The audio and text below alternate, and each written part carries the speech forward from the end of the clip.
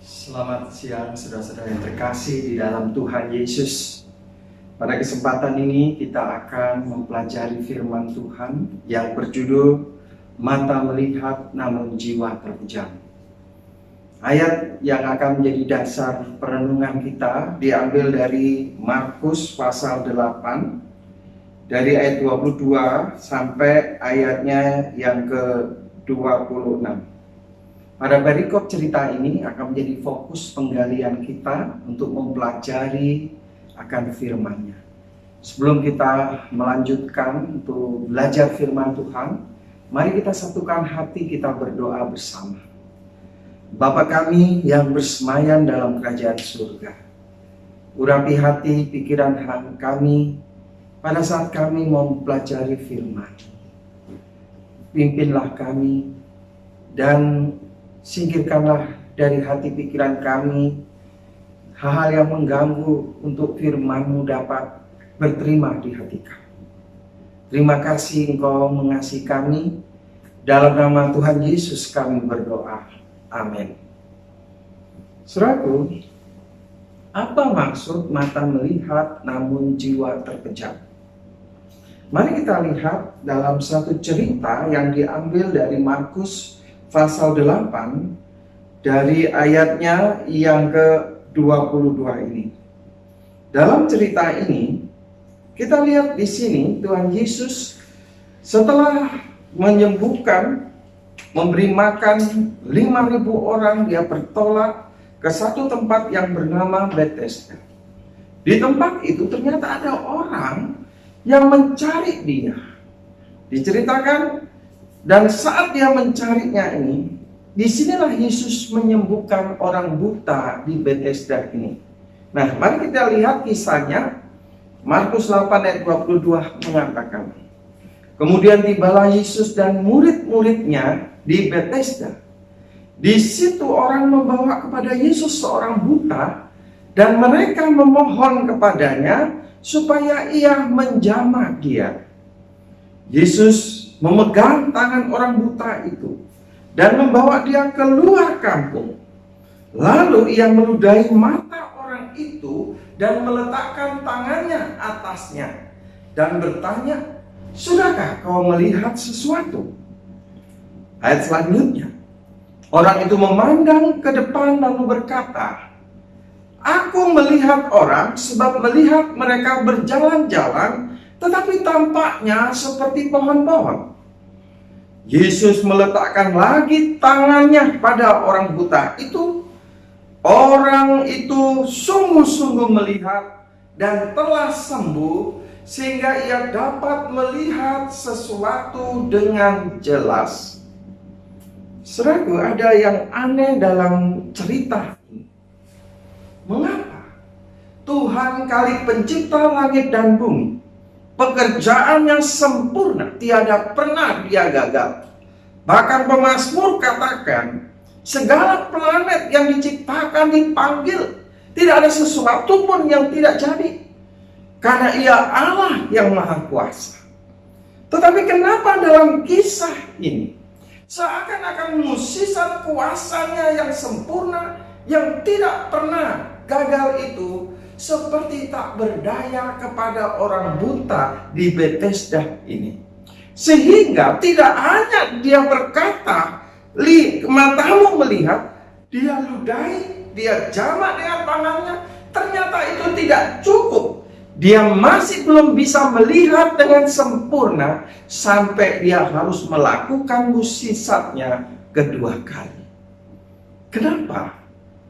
Ada apa sehingga mukjizat Tuhan Yesus harus dibuat sampai 2 kali?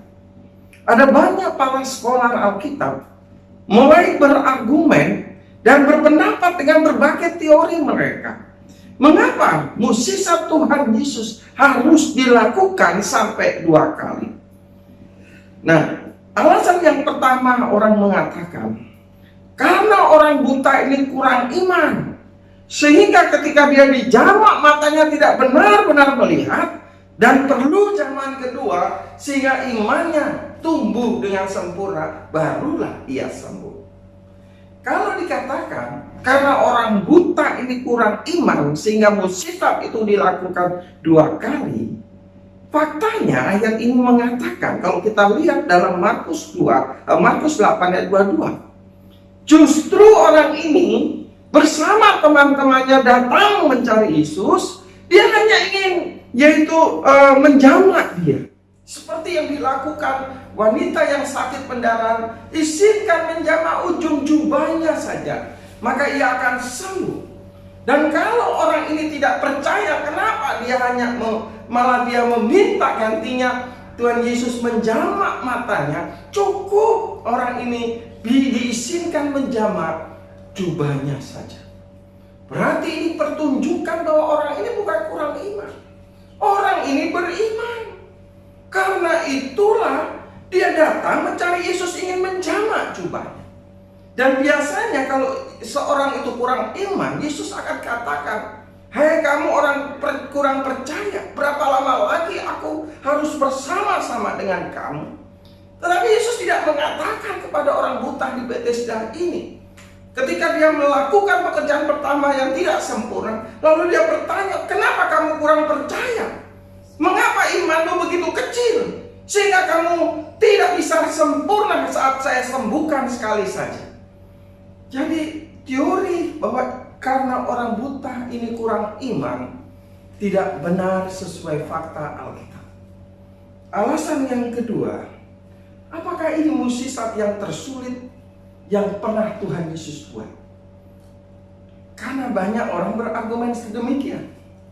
Kalau ini dianggap mukjizat tersulit, jawabannya tidak. Mana lebih susah, membangkitkan orang mati dengan orang yang buta di cerita? Mana yang lebih rusak? 4 hari di dalam kuburan seperti Lazarus, seluruh organnya rusak, daripada yang hanya mata saja yang disembuhkan. Lazarus saja yang mati 4 hari, tidak perlu dia melakukan mukjizat sampai 2 kali kepadanya atau memanggil sampai berulang-ulang, tetapi hanya sekali. Yang menarik kalau begitu, kenapa mukjizat Tuhan Yesus harus dibuat sampai 2 kali kepada seorang buta di Betesda ini? Ternyata ada sebuah pelajaran yang menarik untuk kita pelajari, yang Yesus sedang ajarkan kepada murid-murid, kepada kita semua, tentang melalui kisah orang buta yang disembuhkan ini. Mari kita lihat bagian awal dari kisah Markus pasal 8 ini. Di dalam bagian awal Markus 8, di sana didapati Yesus sedang memberi makan 5.000 orang. Dalam cerita ini juga dia memberi makan 4.000 orang. Markus pasal 8 ayat 1 sampai 3. Mari kita lihat kisahnya, sehingga kita akan memahami apa arti peristiwa yang Yesus buat. Mukjizat harus diulangi 2 kali kepada orang yang buta di Betesda ini. Mari kita lihat ayat yang pertama. Pada waktu itu ada pula orang banyak di situ yang besar jumlahnya. Dan karena mereka tidak mempunyai makanan, Yesus memanggil murid-muridnya dan berkata, "Hatiku tergerak oleh belas kasihan kepada orang banyak ini. Sudah 3 hari mereka mengikut aku, dan mereka tidak mempunyai makanan. Dan jika mereka kusuruh pulang ke rumahnya dengan lapar, mereka akan rebah di jalan sebab ada yang datang dari jauh." Kalau saudara lihat kisah ini, Yesus selalu melihat orang lain, sesama manusia, sebagai objek yang perlu dikasihani seperti dirinya sendiri. Mereka ini pasti ada yang bekalnya habis. 3 hari mereka ikut aku mau belajar firman Tuhan. Ada yang datang dari jauh. Kalau saja saya suruh mereka pulang, lalu mereka dalam keadaan perut kosong, nanti ada yang rebah pingsan di tengah jalan. Kasihan mereka ini.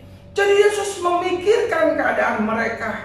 Inilah cara Yesus melihat, memandang sesamanya. Saudara lihat dalam kisah yang lain, akhirnya Yesus menyuruh untuk memberikan roti yang ada pada murid-murid itu.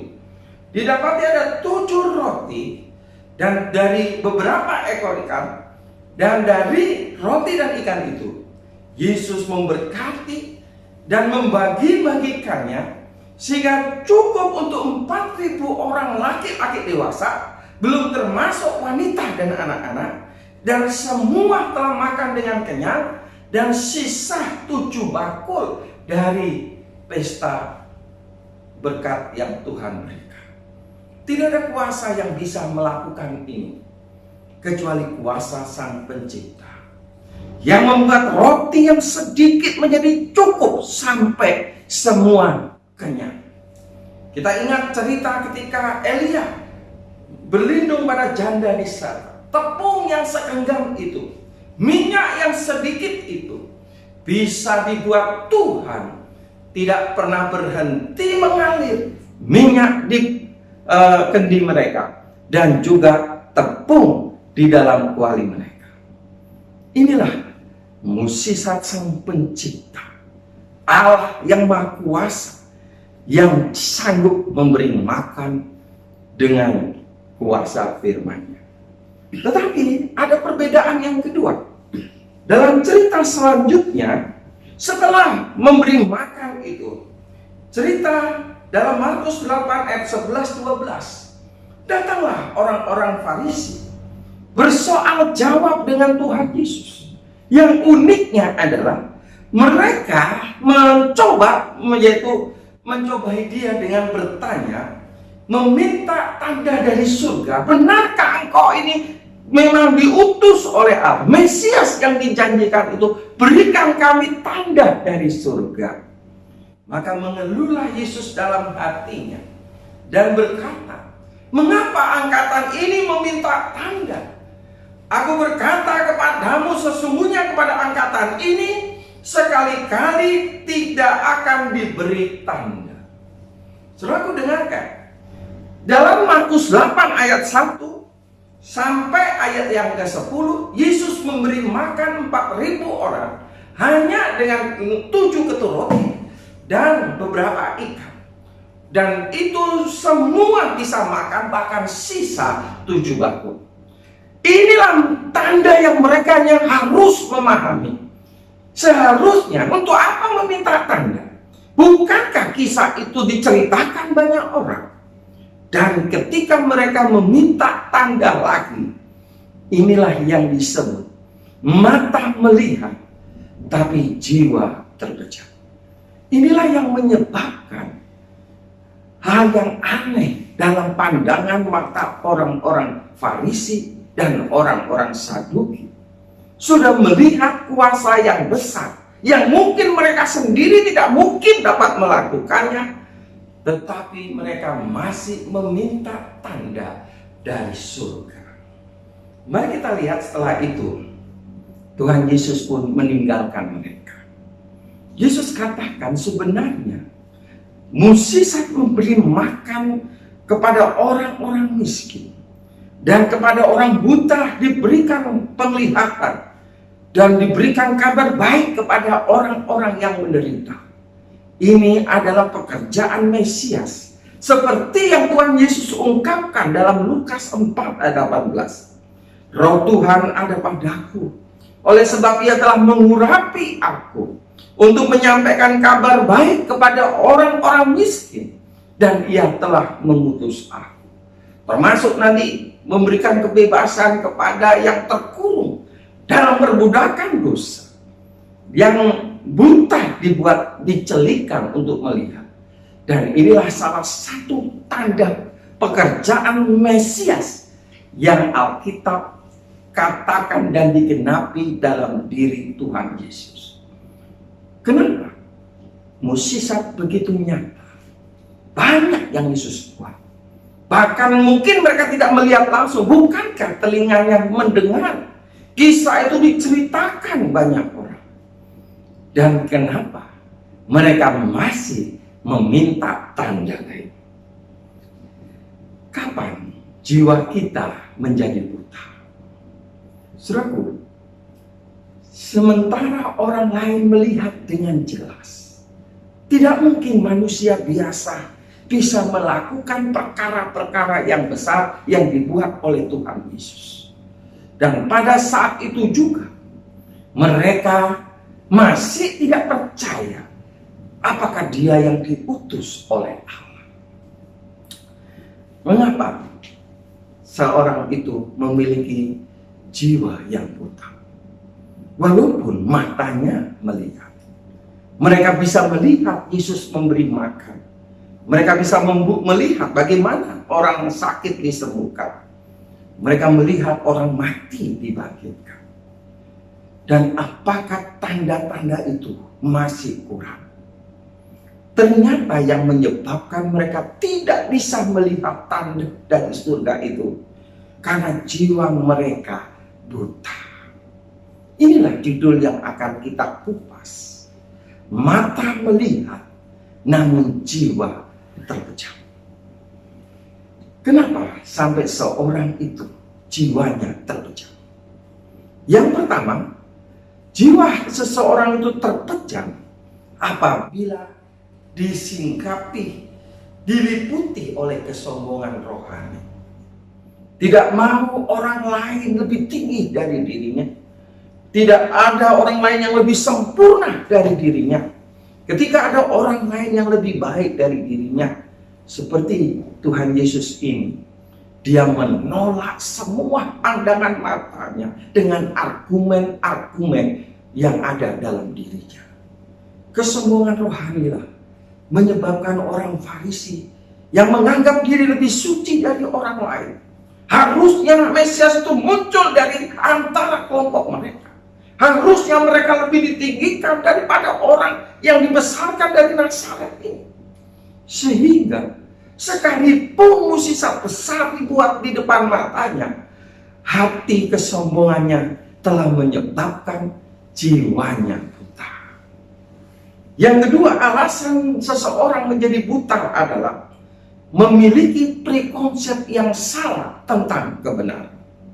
Kenapa seorang itu tidak mudah menerima kebenaran? Pikiran mengatakan, oh ini benar, ini Alkitabiah, tapi kenapa tidak pernah dihidupkan dalam kehidupannya? Kenapa dia tidak pernah terima menjadi bagian perilakunya?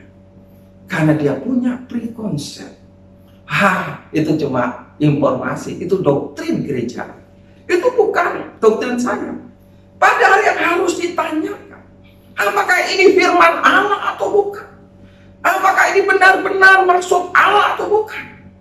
Sehingga prekonsep inilah yang membuat jiwa seseorang itu buta. Tidak peduli berapa lama ia belajar Alkitab, dia tetap tidak bisa melihat jalan kebenaran sejati yang menuntun kepada hidup kekal. Karena dia sudah membatasi dirinya pada prekonsep tidak ada kebenaran yang lain seperti yang sedang saya pegang. Kalaupun itu diajarkan, itu mungkin ajaran manusia. Padahal pikiran mengatakan, iya, tapi hati menolak karena prekonsep yang sudah dipegang sebelumnya.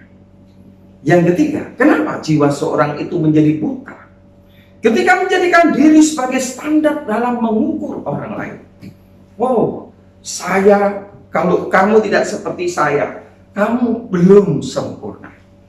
Sehingga ketika melihat hal yang baik kepada orang lain, kita merasa, wah, pasti ada yang salah.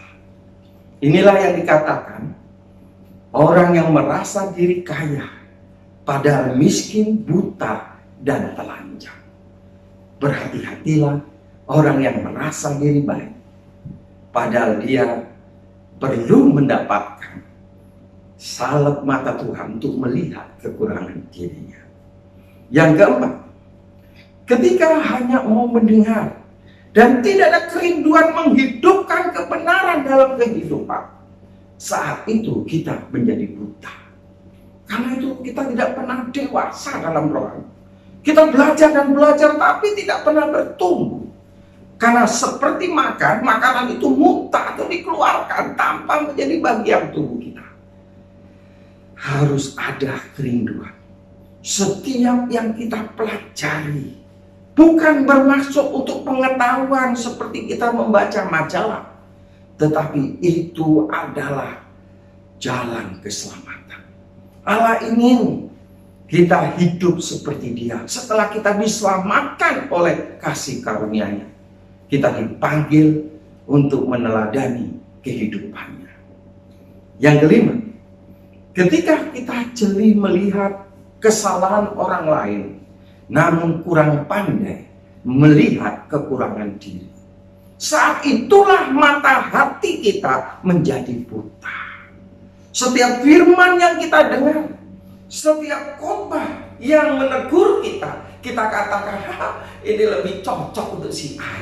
Wah, kalau yang ini lebih cocok untuk si B. Itu jadi akhirnya benih itu tidak pernah jatuh di tanah hatinya. Karena dia merasa pintar mencari kelemahan orang lain, tapi sayang kurang pandai melihat kekurangan diri. Dan yang terakhir, kapan jiwa seorang itu menjadi buta? Ketika hatinya dipenuhi dengan iri hati. Seperti kebencian orang-orang Farisi kepada Yesus. Merasa popularitasnya berkurang karena pamornya. Banyak orang sekarang lebih senang mendengar khotbah Tuhan Yesus, lebih senang mencari Tuhan Yesus daripada orang Farisi yang muncul lebih dulu, yang menganggap ahli dalam kitab-kitab Taurat dan para nabi. Saat itulah munculnya kebencian, akar kepahitan, sehingga sebesar apapun Yesus membuat mukjizat, di pandangan mata hatinya itu tidak melihat sebagai bentuk bukti dia diutus oleh Allah.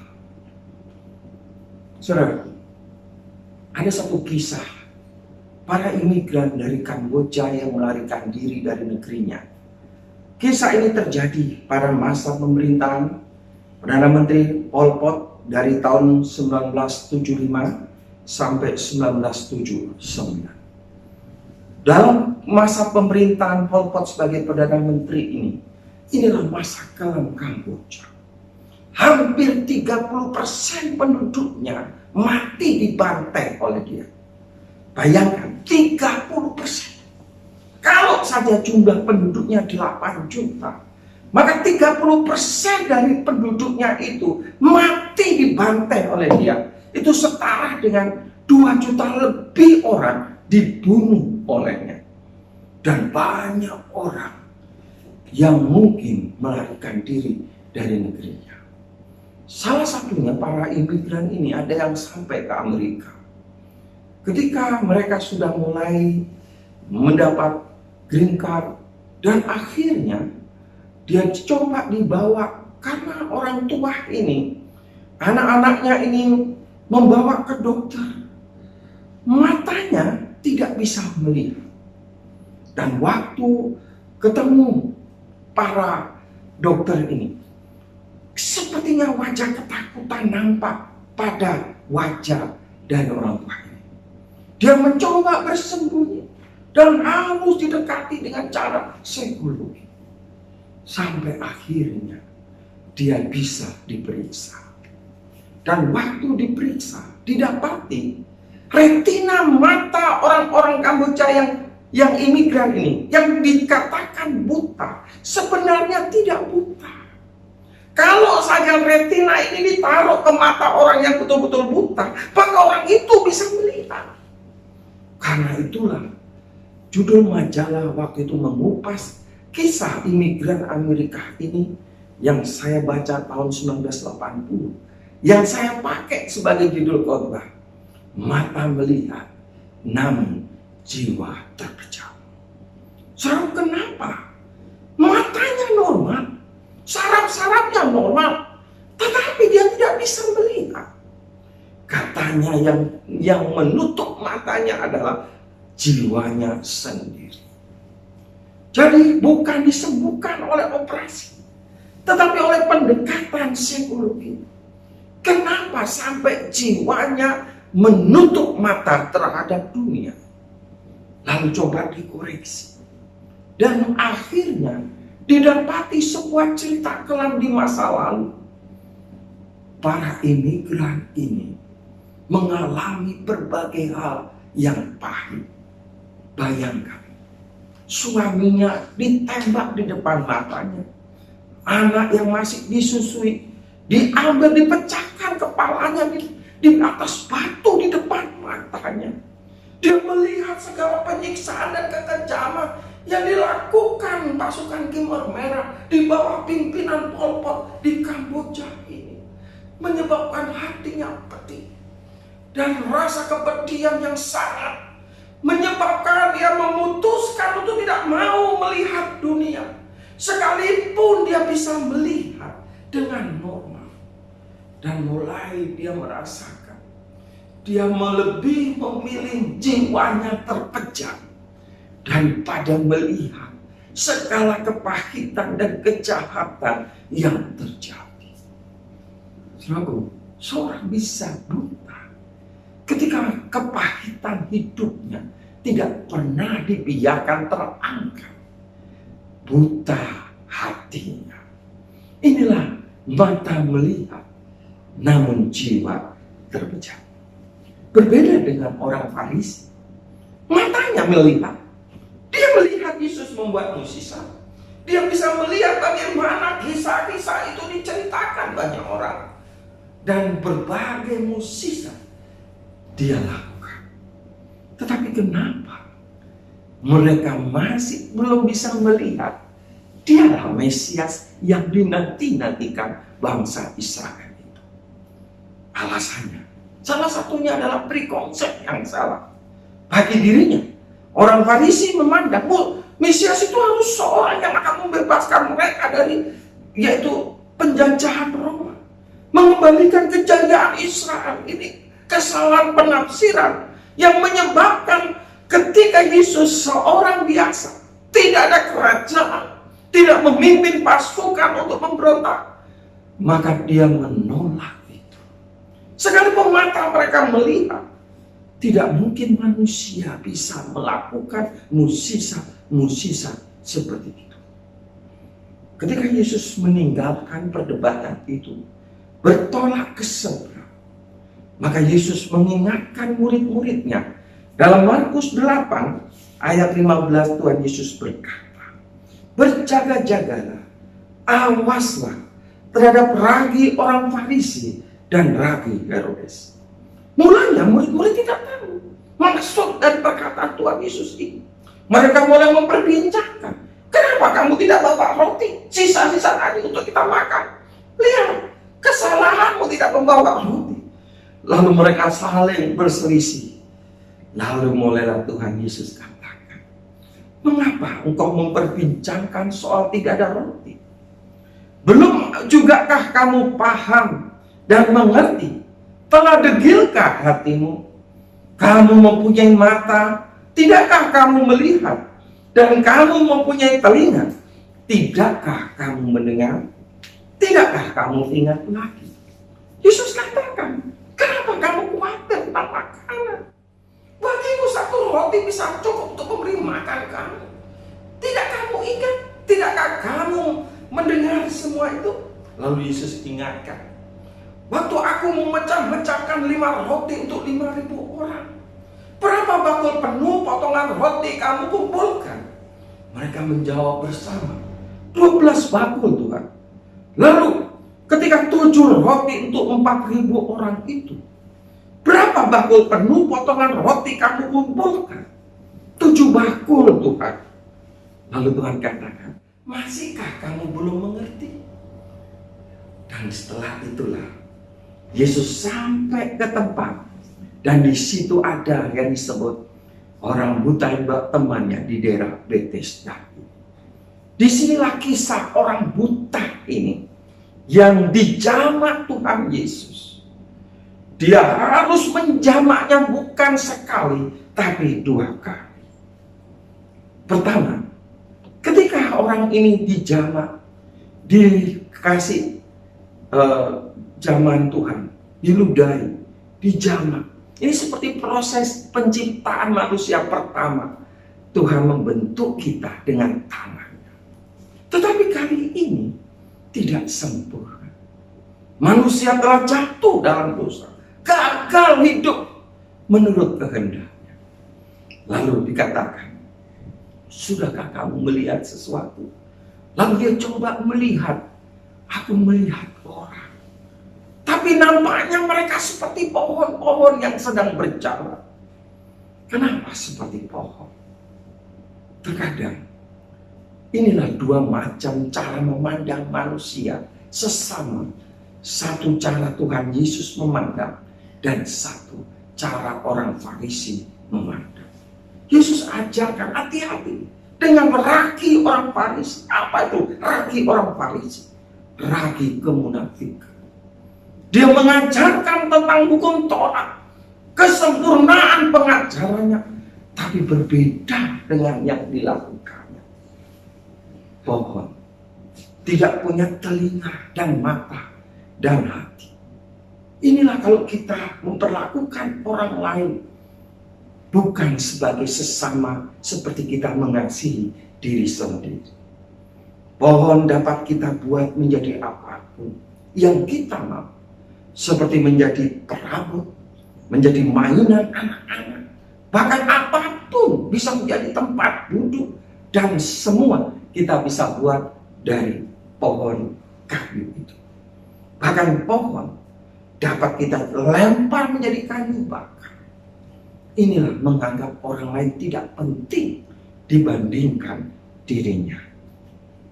Saudaraku, pada waktu kita tidak bisa melihat orang lain dengan jelas, maka yang harus kita lakukan adalah kita harus belajar melihat seperti Yesus melihat kita. Berbeda dengan Tuhan Yesus pada waktu melihat orang lain, bukan sebagai objek yang dapat dimanfaatkan, bukan orang lain tidak penting. Dia melihat sesamanya seperti orang-orang yang perlu dikasihani seperti dirinya sendiri. Dia mencoba menempatkan perasaan orang itu kepada diri. Bagaimana kalau saya tidak punya makan lalu disuruh pulang? Sementara orang Farisi ini masih mencari sesuatu untuk keuntungan dirinya. Wah, pasti ini bukan Mesias yang asli. Dia tidak mungkin menentang ajaran penafsiran para rabi. Nah, itu yang menyebabkan dua mata melihat yang berbeda. Satu melihat dengan mata, tetapi jiwanya terpecah. Karena itulah ketika Tuhan Yesus berkata kepada murid-muridnya, kamu punya telinga, tidakkah kamu mendengar? Kamu punya mata, tidakkah kamu melihat? Belum pahamkah kamu semua ini? Yesus mengajar, pandanglah sesamamu sebagai orang-orang yang perlu dikasihani, sebagai orang-orang yang bakal diselamatkan, calon waris surga. Karena itulah Yesus akhirnya menjamak kembali mata orang buta itu. Sehingga ketika Yesus menjamak kembali dalam Markus 8, dan dia sudah melihat dengan sempurna dan tidak lagi seperti pohon. Satu kali seorang profesor bertanya kepada mahasiswanya sekolah teologi, kapankah tepatnya terangnya siang mengusir gelapnya malam? Pada saat itu mahasiswanya coba menjawab, yaitu pada saat kita melihat dengan jelas bahwa itu pohon ara, bukan pohon kurma. Saat itulah kita bisa tahu terangnya siang mengusir gelapnya malam. Lalu profesor berkatakan, no, bukan itu. Lalu ada mahasiswa lain coba menjawabnya. Coba renungkan, kapan terangnya siang mengusir gelapnya malam? Lalu profesor Saya coba menjawabnya. Silakan. Terangnya siang mengusir gelapnya malam pada saat kita melihat bahwa itu domba, bukan serigala. Saat itulah kita bisa melihat dengan jelas bahwa terangnya siang telah mengusir gelapnya malam. Profesor katakan, bukan itu yang saya maksudkan. Coba engkau buka dalam 1 Yohanes 2 ayat 8 sampai 11. Kapankah terangnya siang mengusir gelapnya malam? Lalu katanya, namun berita baru juga yang kutuliskan kepada kamu telah ternyata benar di dalam dia, di dalam kamu. Sebab kegelapan sedang lenyap dan terang yang benar telah bercahaya. Barang siapa berkata bahwa ia berada di dalam terang, tetapi ia membenci saudaranya, ia berada di dalam kegelapan sampai sekarang. Barang siapa mengasihi saudaranya, ia tetap berada di dalam terang, dan di dalam dia tidak ada penyesatan. Tetapi barang siapa membenci saudaranya, ia berada di dalam kegelapan, dan hidup di dalam kegelapan. Ia tidak tahu kemana ia pergi, karena kegelapan itu telah memutahkan matanya. Saudara, orang Farisi perlu dijamak oleh Tuhan Yesus, karena dia masih melihat orang lain seperti pohon. Biarkanlah mata kita juga dibukakan oleh Tuhan Yesus. Mungkin jiwa kita telah buta. Buta karena kesombongan rohani. Buta karena ada kepahitan hidup. Ada dendam dan kebencian. Padahal kita ini telah diampuni Kristus dan harus mengampuni juga orang lain seperti Kristus mengampuni kita. Atau konsep kita yang salah tentang kebenaran. Kita masih belum melihat indahnya jalan kebenaran seperti rambang di tengah hari. Dan jikalau kita belum jelas melihat semuanya itu, izinkan Kristus menjamak kembali mata hati kita. Sehingga kita tidak lagi melihat samar-samar. Tidak lagi melihat orang lain sebagai orang-orang, sebagai saingan dalam hidup kita. Sebagai orang musuh kita. Kita belajar mengasihi, melihat mereka seperti Kristus melihat kita, saudara-saudara yang dikasihi. Inilah mata melihat, namun jiwa terpejam. Dan biarkan melalui firman Allah ini akan membuka mata hati kita, membuat kita memiliki kasih seperti Kristus, melihat orang lain seperti Kristus melihat kita. Saya bawa ini dalam nama Tuhan Yesus. Amin. Saudaraku, sebelum kita mengakhiri akan pekabaran firman Tuhan, mari kita minta kuasa-Nya menjamah hati kita.